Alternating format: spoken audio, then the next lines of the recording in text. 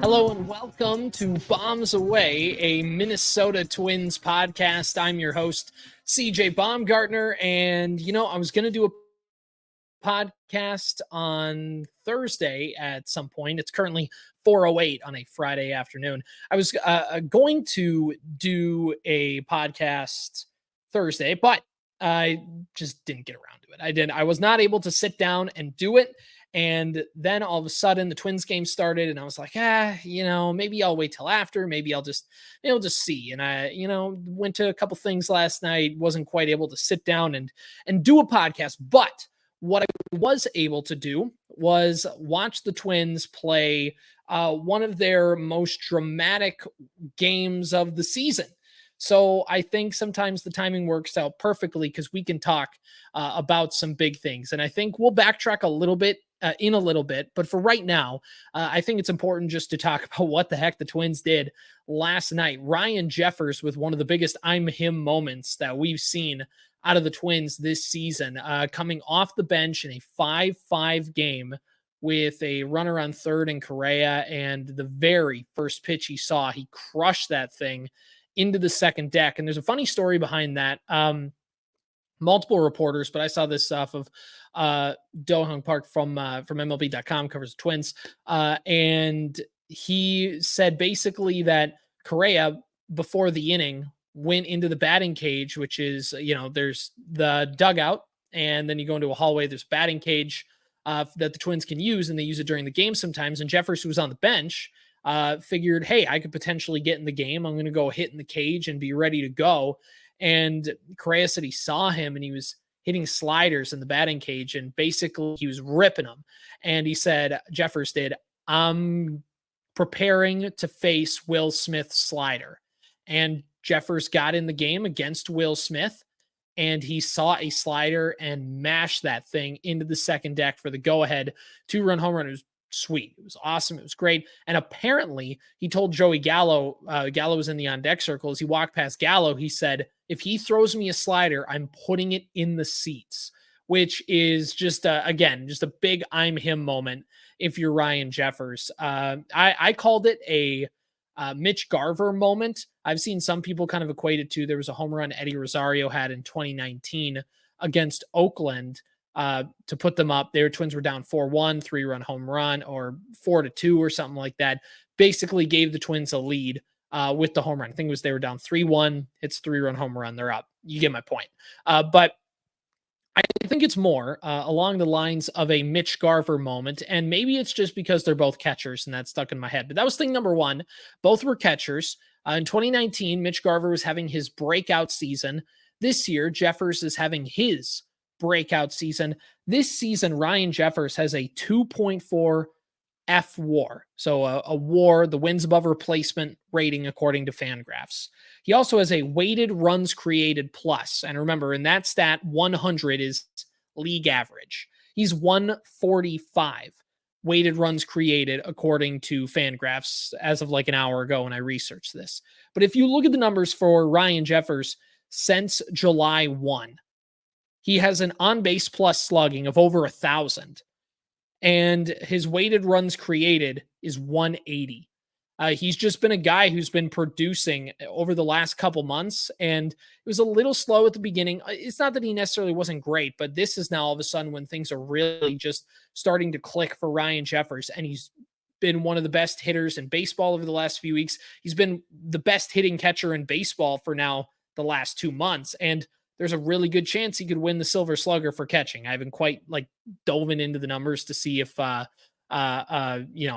accurate that would be, but it feels like Ryan Jeffers is going to be in a Silver Slugger competition if he continues this towards the end of the season, especially getting a big go-ahead home run like that. That's definitely going to be in the minds of people towards the end of the season.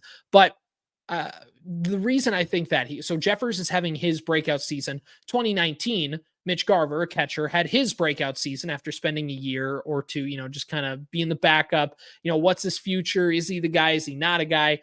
Jason Castro is a veteran on a 3-year contract who's in the last year of his deal, who was the incumbent starter. And Jeffers was kind of going to be the second option. And as the season went on, Jeffers, the second option to Christian Vasquez, who signed a 3-year deal this offseason, was going to be the incumbent starter. And Jeffers, over the course of the season, overtook him and became catcher 1A. Now, Vasquez is 1B. Like, it's not like Vasquez is benched all the time, but you've seen Jeffers take starts away essentially from Vasquez because he's been playing so well. And Garver did the exact same thing to Jason Castro in 2019. And it really bodes well for Jeffers because he's now, again, like Garver did for the Twins back in 2019, basically grabbed the reins of the catching position for the next couple seasons. And Jeffers has the chance to do that as well for the Twins, grab the reins and become catcher 1A. Now, Christian Vasquez, who, he could still be around next season. Maybe the Twins trade him. But, even if you have a 1A, 1B of Vasquez and Jeffers, that's still a really, really good combination. And it was always going to be a nice combination. I wasn't necessarily predicting this kind of a breakout season for Jeffers, but I still knew that, he was hurt last year. There's a little bit of stuff left in the tank and maybe in a reduced role. Because I remembered a guy like Garver in the back of my mind that this could happen. And that's something, if you give him a little bit of time to get healthy and you give him a limited amount of at-bats to heat up, like you let him kind of get his feet wet, get adjusted, and then all of a sudden, once he gets on a run, you can fully hand him the job. And that's exactly what Jeffers has been doing. But again, the reason I think that this was a Mitch Garver moment is because Mitch Garver had a 3-run home run against Cleveland, then Indians, in 2019. It was a mid-September series at Target Field. It was a big Saturday night win. Jeffers was the big kind of lightning rod moment that gave him the win. And it was during a part in the season where the Twins were running away with the American League Central and basically kind of putting a bow on it, right? They were basically like, it's over. We're done. This is our division.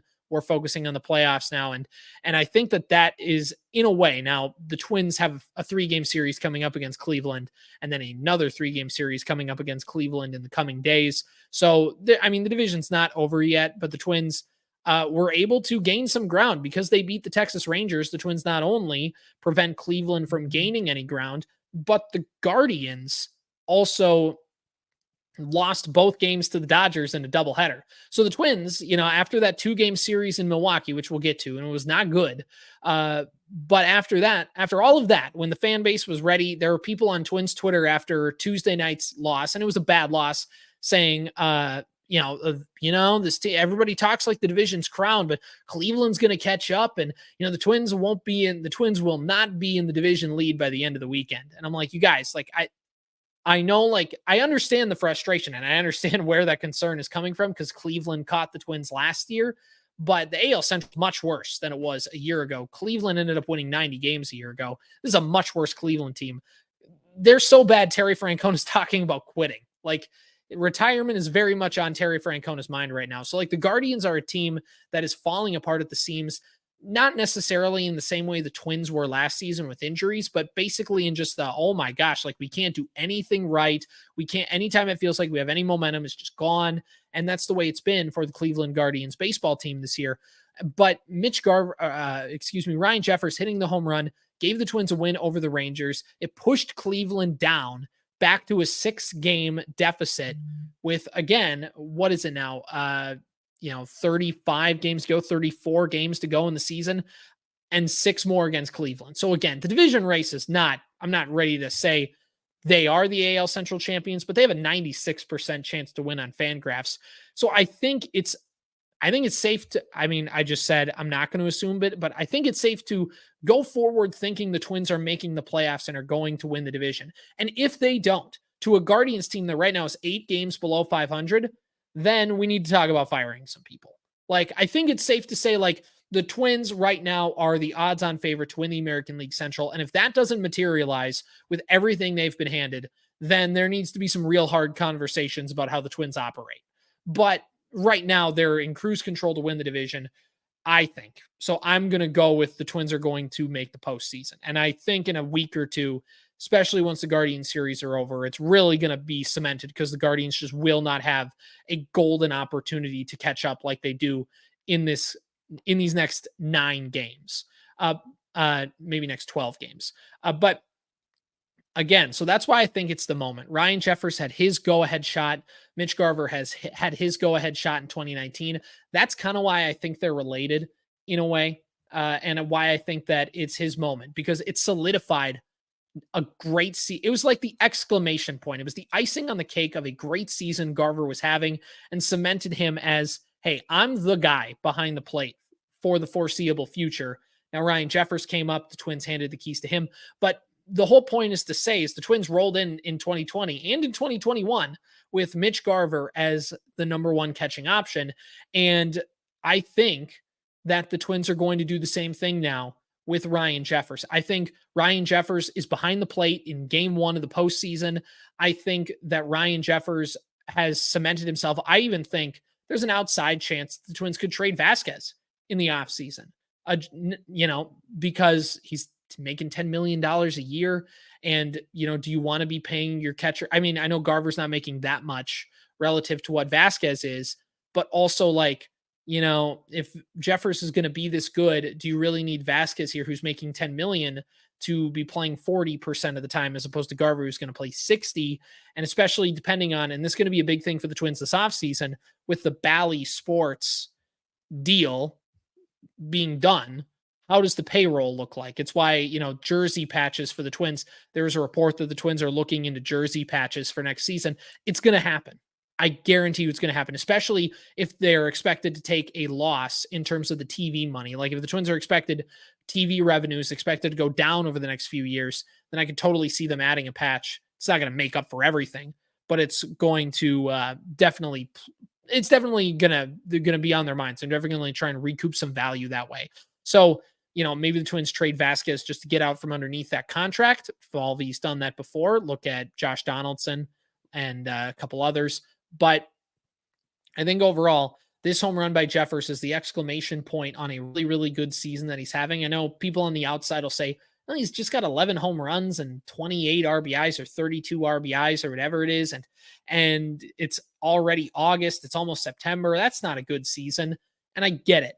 But also the bar of a catcher for hitting is so low because catchers have to catch, right? Like it's easy for an outfielder to hit. It's easy for a first baseman to hit because it's not as demanding on their body as catching is. Your knees are constantly taking stress. You're constantly taking a beating behind the plate. You got to do it every single pitch. You're wearing full gear. So you're just heated all the time. Like that's always why Joe Mauer was so impressive as a catcher, because he caught a ton, especially in the early part of his career, and was one of the best hitters in baseball, no matter what position it was. So that's why Joe Mauer was so special, is not just because he was a great hitter, but because he was a great hitter and a great catcher at the same time. And that's the thing with Ryan Jeffers.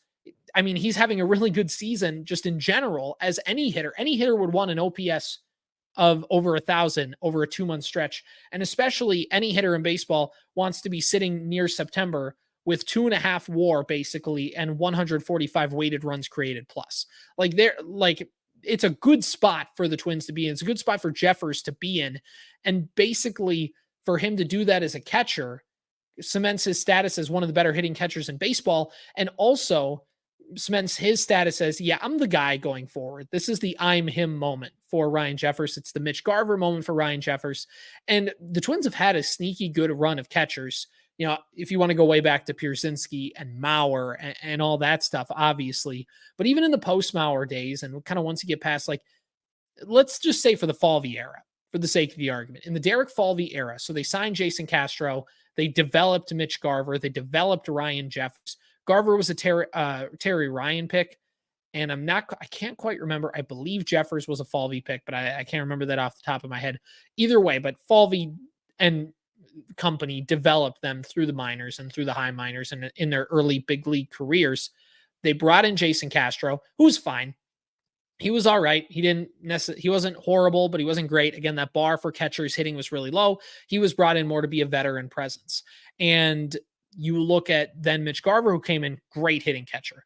The Twins have had, some sneaky under the radar guys, depending on how you want to talk about the Turtle Man being catcher in Astudillo.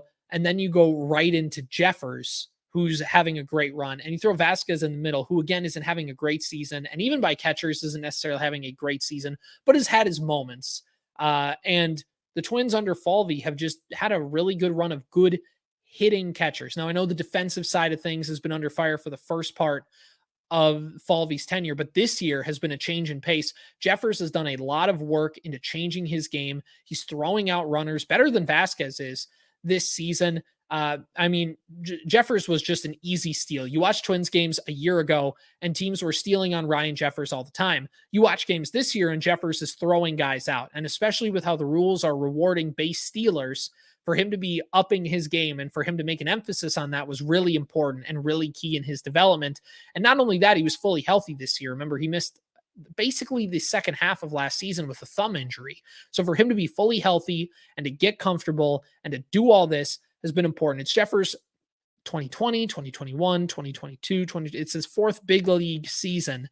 And for him to finally feel comfortable and finally start hitting and kind of take that has been really good for the Twins. Again, really good. So I've spent a lot of time talking about Ryan Jeffers, but he's earned it. He's been one of the Twins' best hitters and just has been overall great.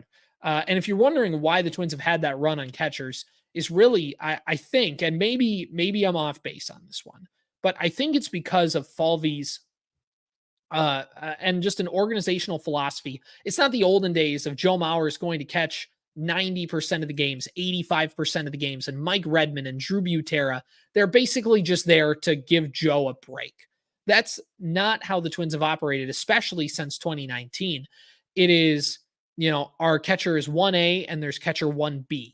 And they're going to split the playing time 70-30, 40-60, kind of that range. It's going to be more of a mutual pairing than it is a starter backup kind of role, because catchers need breaks. Their again, like the work on their legs, the stress on that, to give them breaks, to give them off days, to space them out a little bit is important. It helps them be more fresh. It helps them defensively. And more importantly, it's helped them out offensively. And if you want to wonder why the Twins have had such good hitting catchers over the last 4 years, I think it's because they give those catchers a break and they don't make them catch multiple games in a row. And it helps out because it keeps their legs fresh. And what is one of the most important things you need to do in hitting? It's your hips, it's your legs, it's your knees. Like, it's all of that stuff that, again, just less stress on your body throughout the season. And you've seen those results. And it's why Jeffers has been able to stay fresh. It's why Vasquez has been able to stay fresh. And I think that has a large part. I don't know if it's 60% of the reason why, I don't know if it's 90% of the reason why the Twins are successful, but I think that catcher pairing is really good. And it's the reason why I wouldn't be so quick to trade Vasquez, just because you have a good catcher pair and you're able to kind of go with 1A, 1B. You're also able to ride the hot hand. So when Vasquez struggles, they can ride with Jeffers. And when Vasquez plays well and Jeffers maybe cools off a little bit, you can ride with Vasquez. And that's been the thing that the Twins have really benefited with. Anyway, so let's backtrack a little bit to Milwaukee and that series. And I think the biggest takeaway is obviously they lost both those games, and the Twins were, I'll call Monday night's game a wash. They should have won that game. They were in position to win that game. They were leading into the sixth inning. And then we get to the conversation of Bailey Ober. But again, the one main takeaway of the Brewers series is the bullpen they're not atrocious, but they had a bad series. They could not hold the lead. Dylan Floro did not have a good series. Duran did not have a good series. Pagan did not have a good series. It just basically everybody that the Twins needed to rely on to pitch well did not pitch well. And it came back to haunt the Twins, especially in that second game when they lost and they had a 5-2 lead going into the seventh inning. And Pagan gives up a couple home runs. Caleb Thielbar gives up a home run. And even when the Twins get them a go-ahead run in extra innings, Duran has things fall apart quickly on him. And this Twins bullpen isn't bad. They're not atrocious. They're not the worst unit in baseball. Again, it's a lot of Twins fans will say this bullpen stinks. This bullpen isn't any good. This bullpen is the worst in the league. And it's that kind of thing where, because baseball is such a long sport and it's during the summer and it's so busy, and there's people who are kind of in one foot out the other with watching Twins baseball over the year, it means they're not paying attention to national baseball. In the NFL, you can kind of have a pulse of what's going on around the league because you can watch all the games at the same time. Whereas in baseball, it's not necessarily like that. You can barely watch Twins games. Thanks, Bally. But I think with that, you kind of don't understand that there's a lot of bullpens that are much worse than the Twins. It's like the Vikings offensive line or like the Vikings kicker issues. The Vikings say no franchise has had it worse in the kicking game than us. And now the Vikings might have a case on that one. But the offensive line, you could say like, oh my gosh, the Vikings do not have a good offensive line this year. They stink and whatever. And it's probably middle of the pack. You know what I mean? Like, it's not good. It's not like top 5, but it's also not a complete train wreck. And that's where the Twins bullpen is. They had a bad series, but I think it underscores a couple things. And one is that the Twins have relied on a lot of guys in the bullpen that have not panned out, whether through their own fault, like Alcala or Giovanni Moran or Balazovic or a couple of guys like that, or whether it's been guys who got hurt. So you look at Jose De Leon, who's having a great first couple months of the season and looked to be a nice addition before he needed to get Tommy John surgery. You look at Brock Stewart, who had a chance to become a good late inning, high leverage arm for the Twins. And all of a sudden he got hurt as a precautionary measure right before the All-Star break. And they just said, oh no, he's just taking some time off. His agent said it. Like, we're just taking some time off to make sure everything's good. Don't worry. It's just a precautionary thing. He hasn't pitched since early July. And it's almost September. But there was just a tweet here about a half an hour ago from Do-Hyung Park, and he says, Brock Stewart threw a 15-pitch bullpen session today, his first since he had to take a step back after his last one, which came around the trade deadline. Said it felt good. We'll need to see how his arm feels tomorrow. If all goes well, he's aiming for a targeted return to the Twins around September 10th, he said.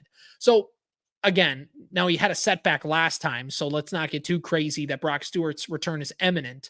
And again, a rehab stint starting on the 10th, which means that, he'd go on a rehab stint and try and join the Twins around the 10th. So again, it's still a couple weeks basically from today on when Brock Stewart could possibly return, but a healthy Brock Stewart for the Twins would be huge. And I know baseball, like, it's crazy how, like, go back 3 weeks ago, how we're talking about this Twins team, and 3 weeks before that, like, it's a long season. But Brock Stewart was a very, very important piece of this bullpen. And again, he had injury concerns coming into the season. It's why the Twins got him on the cheap. And this isn't a Falvey cheap Pohlads kind of thing. That's how a lot of teams reconstruct their bullpens. Again, taking a 30,000 foot view of the league and how bullpens are built. Nobody's spending big money on bullpens. You're not throwing a ton of money at relievers or even trading a ton of capital for relievers because you can find him anywhere. You can look at Jax. He just popped up out of nowhere. He's one of the Twins' high leverage arms. He got a big save last night. You look at other guys like Thielbar. He was going to start coaching for South Dakota State before he came back to the Twins. Like, he was pitching in St. Paul when they were an independent league team, I think. You just find relievers. Duran was a former starter. You don't necessarily need to go out and get relievers all the time. And the Twins try and build theirs through internal, taking a former starter, moving him to the bullpen. They get it from, guys who are hurt or like starters who are continually hurt, so moving to the bullpen, or you look at a under the radar kind of guy who has the stuff you like, but whether it just hasn't panned out, like Pagan or somebody like that, and you bring him in. And the Twins didn't bring in any outside help this year, and they were really relying on internal development. I mean, the outside help was, De Leon and Brock Stewart, and those guys were like minor league contracts. Those guys were not like full guaranteed major league options coming into the season. And, during the offseason, I said Michael Fulmer, whatever, that might have worked out, might have not. There's a couple other options. It's my point to say is the trade deadline, the Twins had an opportunity. Again, they didn't need to get a top of the arm, high leverage guy. The Twins could rely on Jackson, Thielbar, and Duran, and gasp, maybe even Pagan to do that. I was like, just get another guy and push everybody down the line and just get another competent guy in here so we don't have to rely on Balazovic or Ortega or some of these other people to step in who aren't necessarily as proven. Whether it's Robertson, whether it's just another guy around the league. The Twins, even a Sergio Romo type would have been good. They didn't do that, and I critiqued the Twins at the time. I don't want to dive into that too much, but the Twins bullpen isn't bad. It could be much better, and that's been a critique for the entire season. It could be much better, But at the same time, the bullpen isn't necessarily the Titanic. It's not a sinking ship, but it is a boat that has a leak in it. And can they patch that thing up or at least row to shore fast enough where it doesn't matter? And that's going to be kind of the thing going forward with the Twins throughout the rest of 2023 is how the bullpen holds up. They're leaky, not sinking. They're not sinking, but they are a leaky ship. And that's going to be the interesting part to see how the Twins manage that through the rest of the season. Okay, so let's get to Ober now, because that's also the big question. So Bailey Ober got pulled after 5 innings, threw about 78 pitches, 84 pitches, somewhere in that number. And Rocco Baldelli pulled him. And the Twins Twitter was just ablaze. They're like, oh my gosh, Ober was pitching well. How could they do this? And of course, the Twins gave up the lead, and it made their fears justified. And it made their anger justified of like, they took this guy out. He was pitching well, and the bullpen imploded, and now we lost the game. Because the Twins, I think, were up 3-2. They end up losing 7-3 in that ball game. It was like a 5-run 6th inning that basically propelled them to a win. And here's the thing. I'm critical of the Twins bullpen, but I'm not critical of that move necessarily to pull Ober, because like Ober has never pitched this many innings before in his entire career. I was going to pull this up before I started the podcast, but now I'm going to have to look it up. Bailey Ober has not pitched this many innings ever in his career. He's kind of flying blind right now. Ober missed a ton of time last season while being on the injured list. Ober was up and down in 2021 and basically was cut off because the Twins weren't in playoff contention towards the end of the season from even pitching. So in 2021, he threw in for the Major League Twins 92 1/3 innings pitched. In 2022, he threw 56 innings for the Major League club, and this year he's thrown so far 118 2/3 innings. And not only that, you combine that with the 17 2/3 innings he threw down in St. Paul this season, he has thrown about 136 1/3 innings already this season, and we're not even to September yet. And I know there's a couple of people on Twitter who were like, well, if the Twins are worried about him getting hurt, then they shouldn't be, pitching him at all. It's like, you got to build up to it at some point. But right now he's not there. You have to take steadily increasing your workload. So just shutting him down isn't going to work, because then you got to pull it. So then what? He's supposed to take 2 weeks off and then come back in. It's like, all right, just keep rolling along. No, like, you still need him to pitch 5 innings. He can still give you 5 innings, but you're trying not to wear out his arm for a potential playoff push. And then that's where all the Twins fans who were very concerned that they were going to lose the division on Tuesday night said, well, we can't afford any losses. We can't afford to pretend like we've already won the division. And I get it. And you're not wrong. Like, the Twins can't take it for granted, but also there's got to be a little bit of forethought in trying to save some of these guys, because you're going to want Bailey Ober in the postseason, because whether he is going in the rotation or whether he's coming out of the pen, you're going to need Bailey Ober. Because again, as we talked about, this Twins bullpen it's leaky right now. And one way to patch that leak up is when you get to the postseason, you have a rotation that consists of Pablo Lopez, Sonny Gray, Joe Ryan, and then you have Kenta Maeda and Bailey Ober and Dallas Keuchel coming out of the pen, or heck, even Louis Varland coming out of the pen. Now that playoff roster looks a lot more competent, and you can do a lot with that. And you can have, again, the playoff starts are shorter. So Sonny Gray only pitches 4 innings. Well, the Twins really only have their top end guys in the bullpen, the Durans, the Jacksons, the Thielbars, the Pagans, that you can really rely on. So who are you going to get to fill in that time in between? Well, you bring in Bailey Ober to try and pitch a couple innings. You bring in Kenta Maeda potentially, or Joe Ryan to pitch a couple innings, and you kind of piggyback each other on those starts. And you're going to need Ober to do that. You're going to need him to be healthy. Ober, he's been effective. He hasn't necessarily been dominant over his last couple weeks. And I think it might, again, I'm speculating. I'm not a doctor, but it feels to me like it could be some fatigue. And I think the Twins resting him is fine. He was good again on Tuesday night. He wasn't necessarily dominant. But my whole point is, people say, well, if he's injured, he shouldn't be pitching. Well, no, he should still be pitching because there's a difference between being sore and being fatigued and actually being injured. He can still pitch and still get outs, but he's just not as sharp and the sharpness isn't there. So why have him go out for 2 more extra innings when he's not sharp and further burn that candle when you're still you know what I mean? That's just not in the best interest right now of the Twins long term. Now in the short term, of course it's in the interest of Ober to pitch longer because it gives them a better chance to win the game. The Twins lost that game when Dylan Floro came in and gave up 5 runs. I understand why Twins fans are frustrated with the short starts, but can we stop with the quick hook Rocco stuff? The Twins lead the league in innings pitched per starter. So by starting pitchers, we're not really having this debate again, are we? Last year, I was totally in on the quick hook Rocco, and I was even critical of it at times throughout the season. Go back and listen to this podcast a year ago. I was saying all of that stuff. But right now, Rocco doesn't need the quick hook Rocco. And again, it's the 30,000 foot view of the Twins to say, well, Rocco likes to pull his starters early in the postseason, so you better get ready for this. Everybody pitches their starters short in the postseason.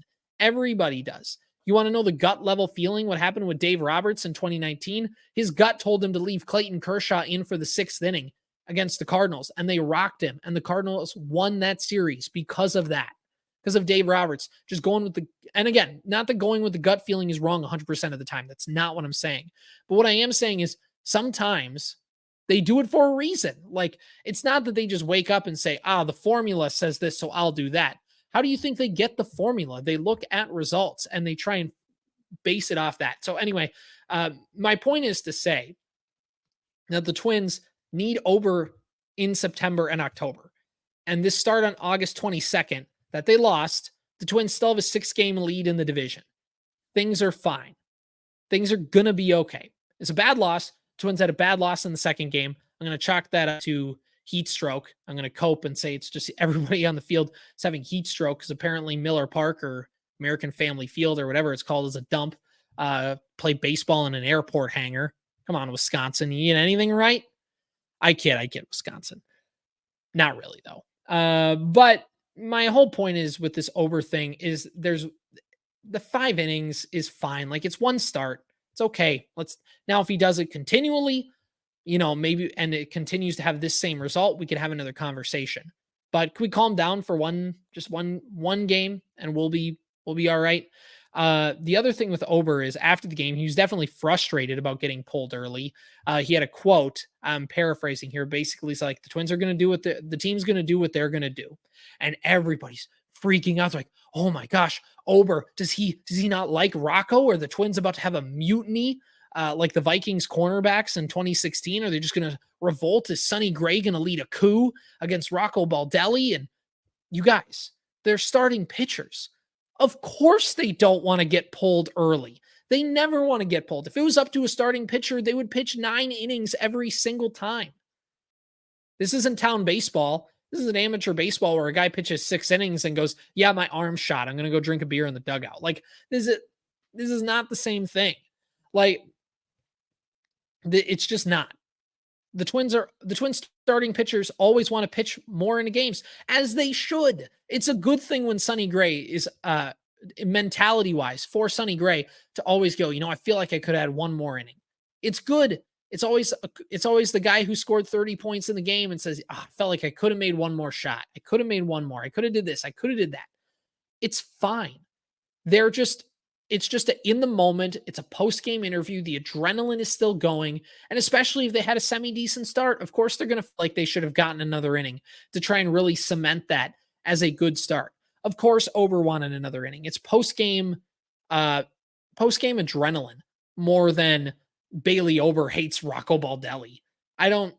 There's an article by Dan Hayes in The Athletic about the weird celebrations the Twins do after wins, and apparently somebody being naked while wearing a mask is on the table. I don't know who let Mike Redmond back into the clubhouse, but stop it.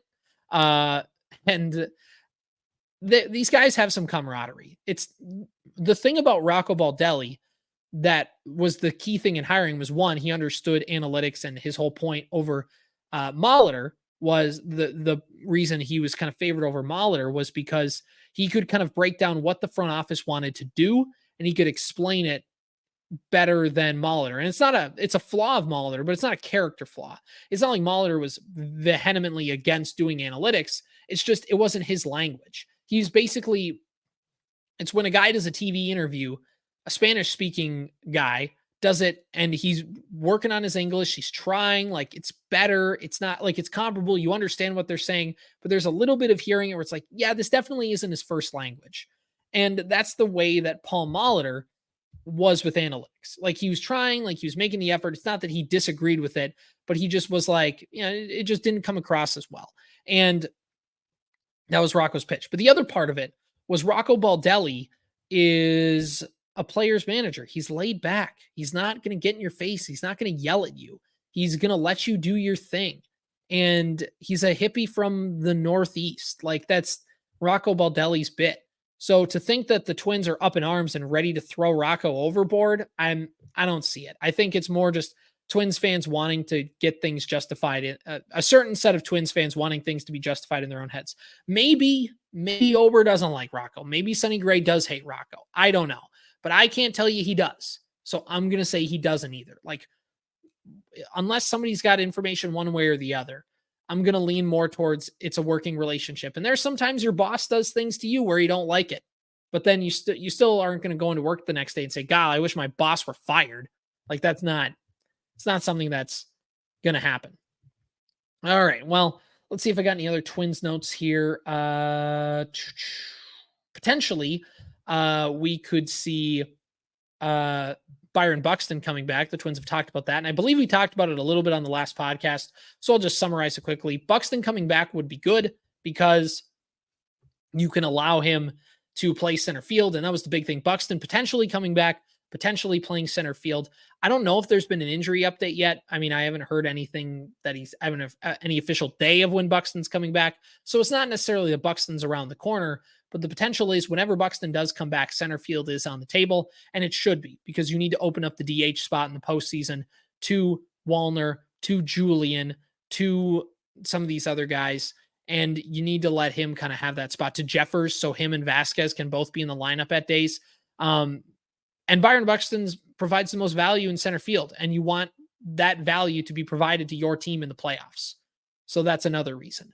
Another reason for Buxton there is then you can kick Michael A. Taylor to left field. So when you're playing a left-handed pitcher, Gallo can sit on the bench, and then you can kick Taylor over to one of the corner spots, and bam, there you go. You have another righty in your lineup. Now, you know, the Twins necessarily haven't crushed lefties this season, but you still have that option. So, and Buxton hasn't been performing at the clip of a DH. If Buxton was hitting with an OPS of 900, if he was performing at the clip he'd performed at in 2022 and 21, then yeah, I would say Buxton needs to come back and be the DH, and like, let's just make sure he can hit for the playoffs. But right now, he's not hitting well enough to justify being a DH, especially an everyday DH. And he hasn't, and he's got to play the field if he wants to kind of recoup some of that value if he can't quite do stuff with the bat that he could have the last couple of years. Okay. Let's see. Is September Carlos Correa coming? Because remember, Carlos Correa had a really great September last year. It basically salvaged a down year for Correa and kind of made everybody look at him and go, okay, well, his season wasn't that bad last year after a really, really hot September. Now, it didn't matter because the Twins were falling out of playoff contention. But Carlos Correa is, for all the talk of Carlos Correa is not a clutch player. Now, he hasn't been clutch as much this season, but he has the most postseason RBIs in Major League Baseball history. I think it's RBIs. It might be home runs, but I'm not sure. Point is, he's got a lot of pedigree in the postseason. This guy does hit well when the lights are bright, or at least has shown the capability to do so in the past. And Carlos Correa yesterday had a game-tying double right before the Ryan Jeffers go-ahead home run. Correa tied the game with a double. And you've kind of seen that thing turn around. Correa's season has been full of peaks and valleys, but you've really started to see things, at least I'm going to justify in my mind, turning around a little bit. So this is a stat from Dan Hayes of The Athletic. Carlos Correa has reached base in 15 straight games. over that span, he is a 300 batting average, an OPS of 960, 3 doubles, 3 home runs, 9 walks, 12 strikeouts, and 61 plate appearances. His OPS on the season has increased from 679, which is not good, to 711, which is below average, like average to below average. And I really think that we could see that it's kind of the precursor. It's the teaser trailer to September Carlos Correa. Because I mean, if we get September Carlos Correa, we're for sure getting October Carlos Correa. And October Carlos Correa is one of the best players in baseball. It's why he's in line to get a $30 million contract from the Twins, and he did. Like that is 100% why. So if we can, I said this on Twitter earlier this afternoon, if we can unlock that Carlos Correa October DLC, sitting in a very, very good spot. All right, so one last thing before we bail out of here for the afternoon is let's talk about who the Twins could potentially play in the postseason. So the math has changed a little bit. I know it looked like for the longest time Toronto was going to be that team the Twins play, because again, the Twins in this new playoff format would play in the wild card series. They'd be the 3 seed, so they would have home field advantage in all 3 games. So all 3 of these playoff games are at Target Field. The Twins are a much better home team than they are a road team. And so that bodes well. They would host the 6th seed, which is the bottom wild card spot. And the wild card race is heating up in both the National League and the American League. And again, that extra wild card spot is been paying dividends to make it 6 teams that reach the postseason instead of 5. It's made things very competitive. I mean, like, let's look in the National League for a second at the wild card race. There's the Phillies, the Cubs, the Diamondbacks. They're all 3 in playoff spots right now. The Phillies have a 2.5 game lead on the Diamondbacks, who are the 6th seed. The Cubs are the 5 seed. They're only 2 games back of the Phillies and only have a half game lead on the Diamondbacks. So it's close. And then you have the San Francisco Giants, who are a half game behind the final wildcard spot. The Cincinnati Reds are a half game behind the wildcard spot. The Miami Marlins are 2 games behind the wildcard spot, and still hanging around is the San Diego Padres, but they're pretty much done. The point is there's 1, 2, 3 teams that are locked into playoff spots, and there's 1, 2, 3 teams that are within 2 games of getting that spot. So it's in terms of what baseball wanted to do and keep more teams competitive throughout the season, you are seeing that. Looking in the American League right now, the Rays have the top wild card spot. They have a 6-game advantage over the Mariners and Astros, who are both tied for the 5th spot. And then, of course, the other one would hold the 6th spot. Hanging in the race, though, is the Blue Jays, who are a 1.5 games out of the final wild card spot. And the Boston Red Sox are 3.5 out of that final wild card spot. So again, they're not completely out of it, the Red Sox and the Blue Jays, but things aren't looking good for Boston, and Toronto needs to try and win some games in a hurry, or at least kind of keep at bay, because the Mariners and the Astros are also catching up on the Rangers. The Rangers have lost 7 in a row, which again would be a good opportunity for the Twins to take advantage of a struggling Texas team and at the very least split with them in a 4-game series. The Rangers are barely holding on to their division lead. The Texas Rangers have a 1-game lead in the division over the Mariners and the Astros, who are fighting for that final, who are fighting for wild card spots, but now are still fighting for the division. So right now, if the season ended today, the Twins would play the Houston Astros in a 3-game series. So you would get a rematch of the 2020 wild card series. I don't necessarily know if I want to be playing Houston, especially since they got Verlander back. They're a postseason pedigree team. They know how to win in the playoffs. I'd prefer to see another team. The Seattle Mariners are a potential another team that they could see. Twins played well against them. They split or lost the season series by a game, but it's pretty close to 500. The Mariners are playing much better baseball, or at the very end when they played the Twins was kind of the start of their big run of great baseball that kind of slingshot them back into the postseason conversation.